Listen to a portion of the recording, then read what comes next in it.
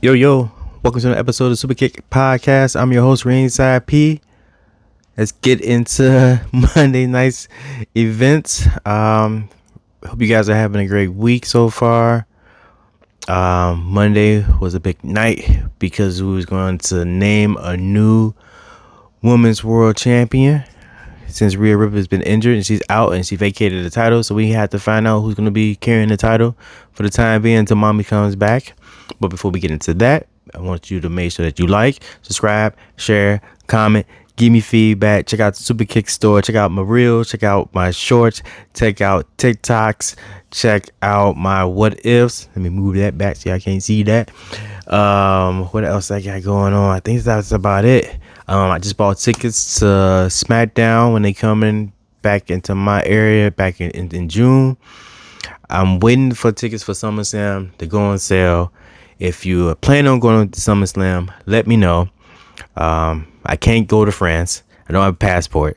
I can't go to Clash of Castle. I still don't get a passport, and it's super far away. So the next big event I want to try to go to. Oh, and I can't go to. I probably could go to Money in the Bank if I really tried hard enough. But maybe next time when they have a major event in Canada, I'm gonna try to go up there and check it out. But the next major event that I want to go to is SummerSlam, which is in Cleveland in August. So I'm looking forward to that. But like I say, if you're going to that, let me know. What else that I want to get into before we get into the show? Man, I think that might be it though. Thank you guys for checking me out always, showing me love, giving me feedback, liking my reels, like I said, liking all my different stuff. I just want to be entertaining for you guys. Keep putting out good content, exciting content, interesting content, trying to figure out different things to do to stay fresh, to stay new, to stay innovative. It's so many different things that I see when I log on the internet or on IG or whatever, and I see different people with content creators doing different things, and it's inspiring. So, like steel sharpens steel. So it's like, all right, man, I see what people are doing. I want to be better than that, I want to top that. So that is just, I like it. I like the space that things are in right now. And like I said, I'm really looking to just grow in the space, policy, and just do bigger and better things and greater things. So I'm just going to keep trying my hardest to get better week in and week out. I'm on episode 26 of my podcast, which is crazy. I couldn't believe that I would be this far along already doing this, and I'm having fun doing it. I don't know if you guys can tell, but it's fun. Like, I look forward to doing it. The editing part, I don't look forward to that, so I'm hoping I can figure a way to minimize that. But as far as like hopping on this microphone, talking to you guys about how I feel about what's going on in WWE, like, I always look forward to doing that. I always look forward to hearing you guys' opinions on different things. So I've been hearing some opinions after Monday night. So yeah, let's get into the show. Let's go. Jey Uso to the show, did the thing about main event Jey Uso is some people know when to yeet, some people don't know when to yeet. So it's like, to yeet or to not yeet, that is the question. And at times it's not like the what chant where people kind of know when to do what. Sometimes they do what too much, but with the yeet, it's like, man, people don't necessarily know. And it's like, he leaves the pause there, he leaves the space or the silence there, so to yeet, and people ain't yeeting like they need to be yeeting, and it's a little frustrating. So it makes it, I think it diminishes the yeet in a sense, which is crazy. But I having a whole conversation about yeet. But yeah, so we got Jey Uso versus DP, Damian Priest at Backlash. I'm really thinking that the new redesigned bloodline is going to interfere in this match, and this would be the beginning of bringing the Usos back together, and then they probably will have a match later on against Solo and Tama, and probably another new member of the bloodline is going to interfere. and then we're gonna get this, like say, just more new members of the bloodline. I think that's like the one great thing that I'm loving about like this. Like even with Roman Reigns out of the picture, everything still centers around the bloodline in a way, but the majority of stuff still centers around the bloodline in a way. And that's pretty cool to have a storyline that is still so deep and has so much depth to it and layers to it, even without the main person around currently, so that's cool. Notice that Damien Priest, he got new music coming out, and I don't like it, man. I don't like the new music. I was not saying I was a fan, but I definitely like this old theme before this one a lot better than this version. It's too much going on. It sounds like raccoons in a trash can, man, like just making a bunch of noise. It's too much for me. Maybe it's just me. I don't know. You guys like it, let me know. But not really my thing. He came out and cut a promo against Jey Uso, and I thought this was kind of the beginning of his promo. It looked like he's about to start turning face, and I'm like, oh man, like this is the change. What happened? It was happening already. Like he's definitely separating himself from the Judgment Day. But then he flipped it on us, and fooled me a little bit. But it's still the promos in that segment just kind of just lacked oomph. It was just missing some excitement out of it. And it was kind of like drawn out in a way, and kind of like boring, man. Like I felt like Damien Priest. I don't want WrestleMania and Damien Priest cashing in to be the peak of his career, Like I feel like there needs to be more in store for him after this. He's a champion, and I need the creative input or effort behind him to make it seem like he's a dominant force, and then he's worthy of being champion, and that the championship run is going to mean something, and we're just going to forget it that he was champion when the next champion come along, which I'm thinking is probably going to be Gunther, but I just need more from Damien Priest, and this is promos in general, You got to be exciting. You got to be intimidating to your opponent, and you got to be shown booked as like this dominant force as champion. Still early on, he hasn't even had the title defense, but what I'm seeing so far makes me feel like, yo, this ain't it. And I don't want to be able to, like what Drew McIntyre said, like he's a transitional champion, and that's all he's gonna be, And it's like, yo, I want more for Damien Priest. Like, yo, man, you got here for some reason, you deserve to be here, and people thought you should be here. So now you're here. Let's make it something special, And I think he has the ability to make it special. I just don't know what it's going to take to bring it out of him to get that far, should I do? No, I'm not. Last week I messed up too, because I was going to do Super Kicks of the Week last week on Monday for my only episode, but I got to wait till Friday. But I'm going to say that because I already got one of my nominees for the Super Kicks of the Week. I also feel like this is kind of maybe the beginning of the end for the Judgment Day, like we saw before with Priest and Finn. But we getting more signs of it, like with Rhea gone, it just seems like the Judgment Day is just crumbling. Oh, this version of the Judgment Day is crumbling. Maybe there will be a new version of the Judgment Day, just like there's a new version of the Bloodline. Who knows? But I had always wanted, like, yo, if Roman's out for the time being, and I thought that maybe the Bloodline story was going to kind of diminish, and it wasn't going to be anything after WrestleMania, and this was going to leave the door open for the Judgment Day to kind of just grow stronger. And this is before I knew Rhea was injured, and I just thought they were going to just be a real just dominant like faction in WWE. And but sad to say, it don't seem like that. But who knows?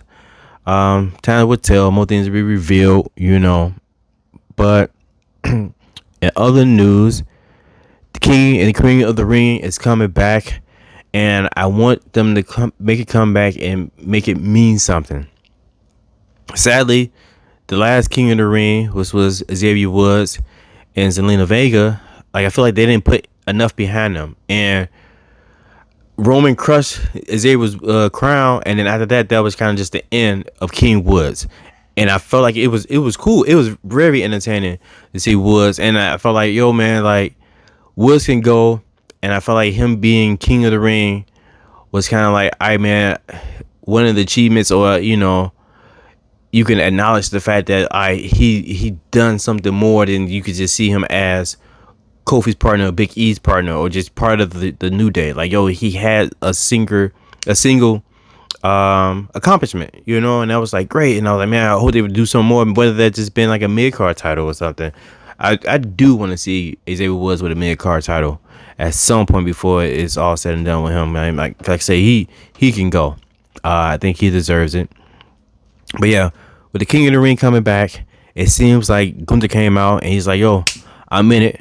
I'm ready to go. I'm going to be King Gunther or whatever, and it seems like they were trying to insinuate that whoever is king or queen of the ring will get an automatic title shot. I guess of the opponent of the champion of their choosing, which is almost like a guaranteed contract for a championship match, which is cool. So it makes it seem like this means something again. It seems like it's like another launching pad to something bigger and better for superstars. So I know Gunther's in it. I don't know if I want Gunther to win. He would make the most sense of winning, but I don't think I want him to win. I think I want more for him. I don't think he needs that on his belt of achievement, but it would look great for him. Do you got any early predictions for King or Queen of the Ring? Queen of the Ring, even though I don't want it to be this way, it could possibly be Tiffany Stratton or maybe Liv, but I think Tiffany might win Money in the Bank. That's one of my picks for Money in the Bank, but we'll see when we get closer to that and after the draft and see who goes where and what ends up what after the draft this Friday and Monday. Other thing that I'm noticing is the new camera angles. They got, and maybe because I still have to go back and watch WrestleMania, and so maybe they were doing WrestleMania. I just haven't had a chance to go back. But these camera angles that I was seeing, like this portrait video mode style they were doing, that was dope. And I'm like, man, you can tell, like, man, they just using whatever they got at their disposal to enhance the show in different ways, from the different ways superstars or wrestlers are doing their interests or whatnot, to, so I say, just the camera angles and way that they show the arena or whatever the case may be. Like, I love that, man. Like, it just seems like, yo, they just been looking at IG models pages or whatever and seeing their angles and like, yo, we're taking notes. We're doing that. We're doing the butt on the sink, make it a little bigger pose. We're doing look behind pose, and we just, it's just nice. It's nice. I'm a real big fan of the cinema style, or just way things is like shot in a certain way. It's cool. It's real cool. I hope they do more with it. I hope they I saw a thing where, if this is just kind of like the beginning, the way that they're doing things now, the way they're shooting things and filming things. So I'm all here for it. I can't wait to see more of it. Yeah, man, this is dope to me. We had Awesome Truth against DIY, and I don't know how long the Awesome Truth is going to be tag team champions. I'm thinking until possibly SummerSlam. It'd be a good run for them. But that Truth Crushing finale is dope. That is a great tag team finisher.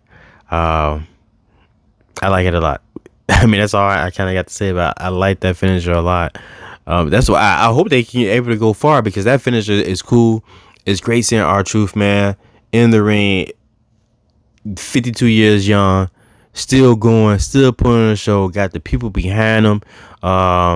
Just the energy that he's able to bring. I love what he's able to do. Whatever it seems like they give him, whatever scraps they might give him, and he turns into a full course meal. You know, um, it's nice. He is a special dude out there, man. Like if I can meet like this, I guess that would be one of the people that I think I would like to meet. Is like R-Truth one day, just to bump into him to kind of just pick his brain or just how his creative process like works out there, you know. And it seems like he's not afraid to just do whatever it takes to kind of like entertain in a way, you know. So like I like that about him, man. Like I think he's a cool dude. And I think a lot of people like Truth, man. And even the Miz, man. The Miz, like I always said before, is like so underrated to me. He's definitely a Hall of Famer. I think it's hard to say because he's very consistent in his skills. You see, he works at his craft. I remember watching him on the Real World, kind of debuting the whole concept of the Miz and taking that something he would just, you know, thinking about doing and making that his dream and fulfilling that and being the wrestler that he is in WWE and achieving all the things that he has achieved. That's great too, you know. So I don't know where people will rate the Miz. I think he kind of gets overlooked, but Miz is like easily like, man, top 20. I think maybe top 15, you know. When you really just sit back and just look at from the start to where he is in his career, because like we were able to like watch that with him. So I like the Miz a lot though. What else? I was happy to see because originally I had more. I remember I've been saying like a while now. I'm gonna do something about the fall of New Day because I kind of hate where the New Day is currently in the tag team division and just in WWE. Like, man, like when talk about Hall of Famers and talking about this greatness, that's the New Day to me. You know, they've done it all. They entertain in a way that you haven't seen people do before, and you've seen like them just have fun, and they make it's like them being themselves is cool, and it's cool to be yourself, you know, and taking things that they like outside of like wrestling, whether it's anime, whether it's sneakers, whether it's hip hop or whatever, and just rolling that all up into what they bring out weekly, you know, and just the way they entertain, like, and like I say, besides that, all those guys can go, you know, those are another some more guys that can go, and I just feel like they always are the team they get to have to put other tag teams over. So whenever there's a new tag team they debuts or moves up their main roster, here's the New Day. But then here you can come just beat up the New Day, and New Day put you over, and now you solidify as a tag team for some reason. And it's like, no, man, the New Day is the New Day, you know. Show them some love, show them some respect. But anyway, New Day won, so I was happy about that. Then we saw Luvic turn on Vinci, and I was like, we've been saw that kind of coming, and then it died down for a minute, and then they really slow rolled it out on Monday. Him like rubbing his head, and it's like, yo, man, what is going on out here? Luvic and Vinci, you know, like, and then he finally turns on him, and so now I thought they was gonna break up Imperium, but I hope not. You know, I heard that they may be bringing other people up from NXT, and so maybe there might be a different version of Imperium.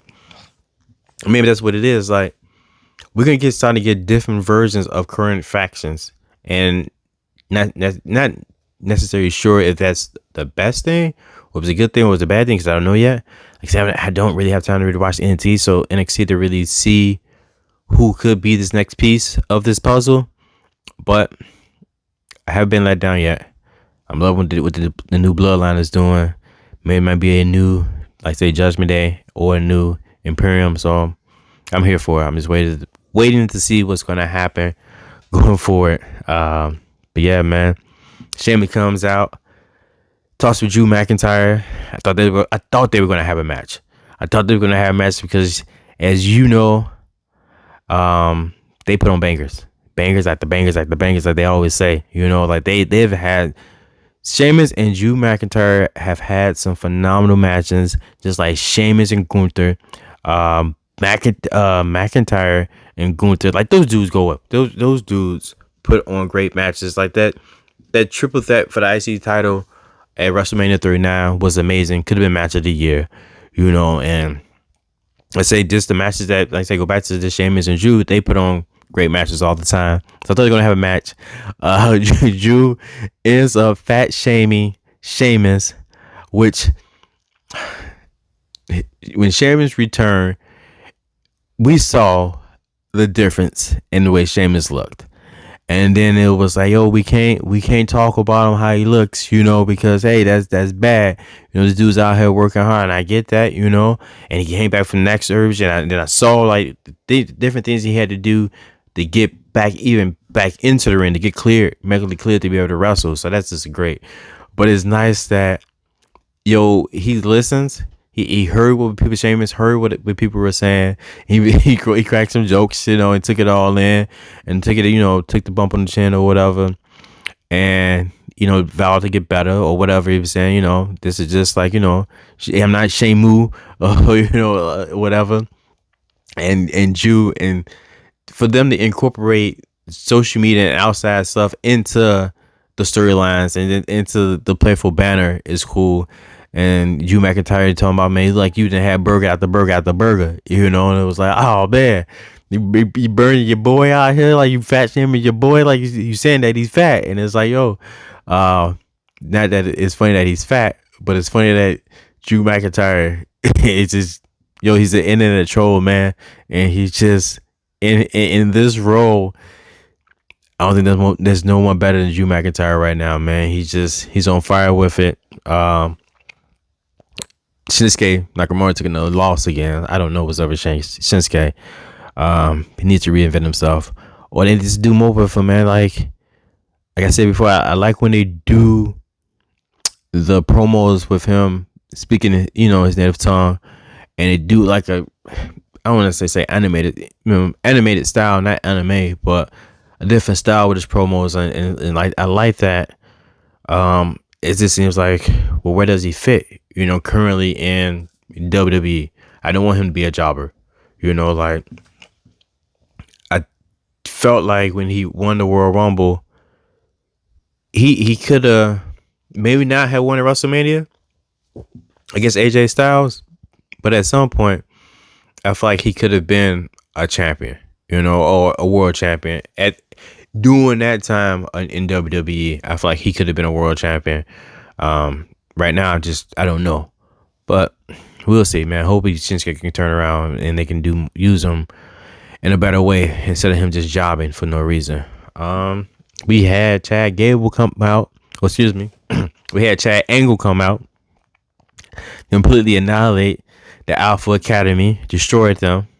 So it seems like they didn't split. I know a good fit for him should be the Creed brothers. Similar styles, background in wrestling. I spoke maybe a few weeks ago about how I felt like the Creed brothers needed a change in image, and I'm hoping it could be the change in image for them. It's them linking up with Chad Gable and just becoming a heel faction themselves. I know what you call them.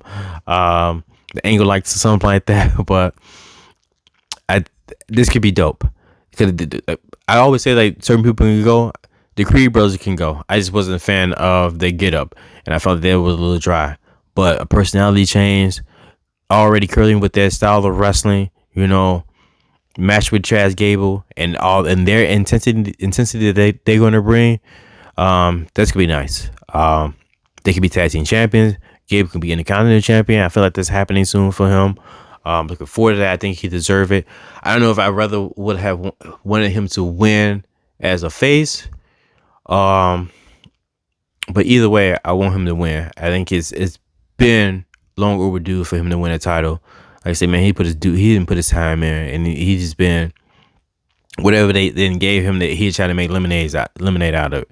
So it's time for him to win something, possibly Backlash. I didn't think it would be so soon, but it could be Backlash. Maybe we might see the Creed brothers interfere at Backlash, allowing and hoping Chad Gable to win his first singles championship in WWE, Intercontinental Championship. But what do you guys think? Do you guys think that the Creed brothers would be a good fit with Chad Gable? Let me know. What else did we get? I was definitely liking the build up for the women's battle royale. I think they did a pretty decent job of trying to make it unpredictable and trying to highlight meeting the different competitors, wrestlers that were in the match later on that night. You know, we saw like woman Shayna Baszler, obviously Becky Lynch, Liv Morgan, Nia Jax. So that was cool. Kaden and Katana, that was cool. But what I didn't like about the Battle Royal, I don't think I was a big fan of the Battle Royal idea in general. I kind of wished it would have been like a tournament. And I don't think it was necessarily needed for them to instantly crown a new women's champion the following week. Um, the tournament, I think the tournament style would have been better. For me, I feel like the Battle Royale kind of diminishes the title, the opponents of the title. And because you're doing people over the rope and then the last person, obviously they win. And it was like, well, man, maybe that's one of one of the issues we're having a champion that's so dominant and they have these long title reigns. They run through all the opponents, and it's like, well, do I need to be you, and you, and now all you losers or whatever in a battle royale, and one of you guys win the title that I don't have because I'm injured, just by throwing these over the rope. Like, y'all didn't have to go pin anyone. You just had to throw someone over the ropes, which is kind of could be like fluky in a way. But like, yo, like I don't know. As I say, I just don't see the reason they needed to crown a champion so soon. But I did like the build up for it. I like when they had the backstage and it was chaos back then. You saw Nia Jax pushing people around like she in a Waffle House fighting at 2 a.m. in the morning. Like she was pushing.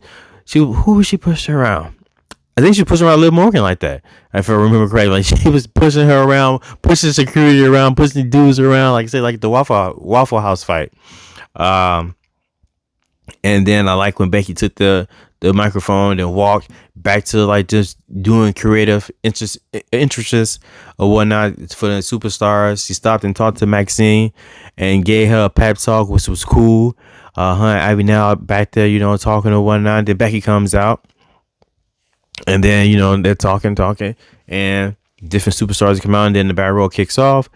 And I felt like one of the issues with the battle royale was, when you looked at the list of people that were in the battle royale, you knew that it could only really be like 3 of them that could have won: Nia Jax, Becky Lynch, Liv Morgan. Most of the other contenders were just tag teams. You had Zoe and you had Shayna Baszler, you had Kaden and Katana, you had Piper Niven and Chelsea Green, Indy Hartwell and Candice LeRae, Maxine Dupree and Ivy Now. All those are tag teams. And so I think that's one of the reasons why you also need a mid-card women's title. So because that's all you got. You either got women that are in the main event, which is like 7, and then you got everyone else to just pair together in tag teams, instead of having some mid-card title to kind of diversify things and create some type of balance in the division, So like when you looked at the list of competitors, only really 3 stood out could actually be the winners, unless they would have been a surprise entrant, but that didn't happen, even though it was in Ohio. But so I felt like you knew that either, like say Becky, Liv, or Nia was gonna win. For me personally, I thought Nia should have won, only because Becky just had an opportunity a couple weeks ago against Rhea, and she lost. And she's supposed to be on vacation. You were supposed to be on vacation, but I get it. Like, yo, they need you, so you gotta come back. All right, man. Vacation's cut short. I gotta go back. I gotta go back to work. I gotta go put the work in. For the people. And all in all, entertaining match, battle royale. comes down, and you got Becky and Liv Morgan. And I gotta go back. I meant to go back and watch the ending before this, but it felt like Liv had went over the top rope and landed on the apron. But Becky had came through the second rope, and she was on the apron. So realistically, all Becky had to do was just grab Liv and just jump off, and Liv would have been eliminated, and Becky would have won. I felt like that was just eliminating any bloopers or oopsies that could have possibly happened with Becky slipping off, or landing on the floor, just if they would have botched a move or something like that. Like most, I think I was definitely surprised that Becky Lynch won. But I think about it, it makes the most sense. But I definitely was surprised that she won. Star power alone, Becky Lynch should win. Newest in the battle royal has star power like Becky Lynch, and she's a big enough star, definitely big enough star to carry the title until Rhea comes back or something happens, just to kind of get them over this bump in the road, if you can say, for now. I thought Nia would have been a good match just because a good fit for the women's title, just because of how dominant she's been. And I think she would have been able, it would have been more believable seeing Nia Jax as champion than anyone else currently, just because, like I say, how dominant she just has been since this new run, since her return and whatnot, even though she lost to Rhea too. I know a lot of people want to Liv to win, and it's like, yo, when I sit back and think about that too, it's like Liv been coming up second a whole lot. Like, I think she was second, not just at this year's Royal Rumble, but the Royal Rumble before then, and now she's second again in this battle royal. Like, she's been number 2 a lot, so it's like, yo, when is Liv time again? But currently, for this storyline that Liv is in, this revenge tour, the revenge tour doesn't necessarily need a title. The revenge tour is all about getting revenge back on Rhea Ripley, and the title isn't needed necessarily for that. And so now, if she was to would have won Monday, what would she be doing until Rhea came back? Yeah, defending the title, obviously, but is there enough? Are there enough big enough matchups or matches for her to tie her over into the storyline where Rhea picks back up again? I don't know. So I think that's why they possibly went with the Becky Lynch path, choosing her.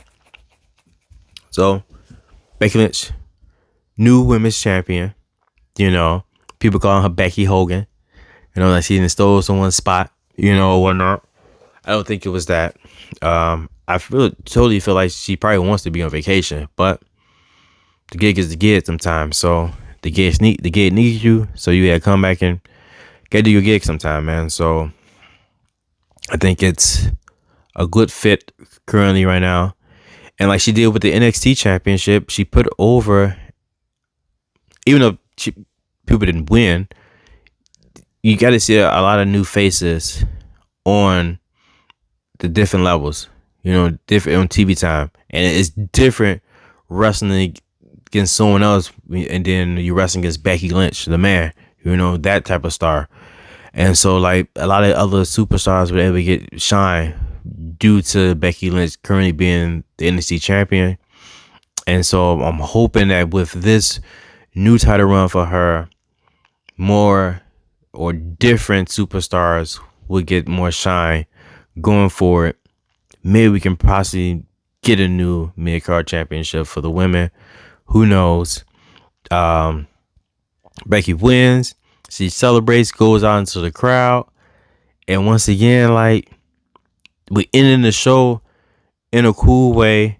She's in the crowd amongst the people loving her, and kids come up to her. She's taking pictures with the kid in the stands, climbing over seats, just cheering, just holding the butt up high. Once again, totally sketchy to me. You just never know the type of people you're gonna see out there. But it's all cool until someone does something stupid, and then it won't be cool anymore. But hopefully, no one does anything stupid, and it still will be cool. But yeah, man, how do you guys feel with Becky Lynch being the new Women's World Champion going forward? How long do you think it's gonna last? How long? Who would you like to see as our first opponent going forward? Man, I kind of feel like we get Nia versus Becky at Cash at the Castle, and I think it's time the Nia Jax to be champion. And Becky can go back on her vacation and chill for a little bit if she wants to chill or whatever. But I think we're gonna get Nia versus Becky, Cash at the Castle, for the championship, and I think Nia should win then. But what do you guys think? Let me know. I'm trying my hardest to put out these episodes as quick as possible. Try to be as current and up to date with things going on, because everything's always changing, everything's always new. Trying to be fresh with stuff. But always, man, I appreciate you guys so much. Thank you guys for liking, subscribing, sharing, commenting. Like I said, give me feedback on different things. I love interacting with the people, even with you guys, so don't hesitate, man. You got something you want to say, you want to just chop it up or whatever, go ahead, do that. That's cool. Until next time. Oh, not until next time, before I get out of here. Check out my What If. I got the Steiner Brothers versus the Creed Brothers. That's dropping today, Wednesday. So be on the lookout for that. Check out my other episodes of What If. I'll be back again with my recap of Friday Night Smackdown, which should be dropping probably this Sunday. I should be doing a draft or something. I don't know what I'm doing. I'm doing something with some of my guys that I met at WrestleMania. But yeah, man, until then, I think that might be it. Yeah, Superkick store. Check it out. Shorts. I got shirts. I got socks. I got hoodies. I think that's it. Until next time. Adios. Peace.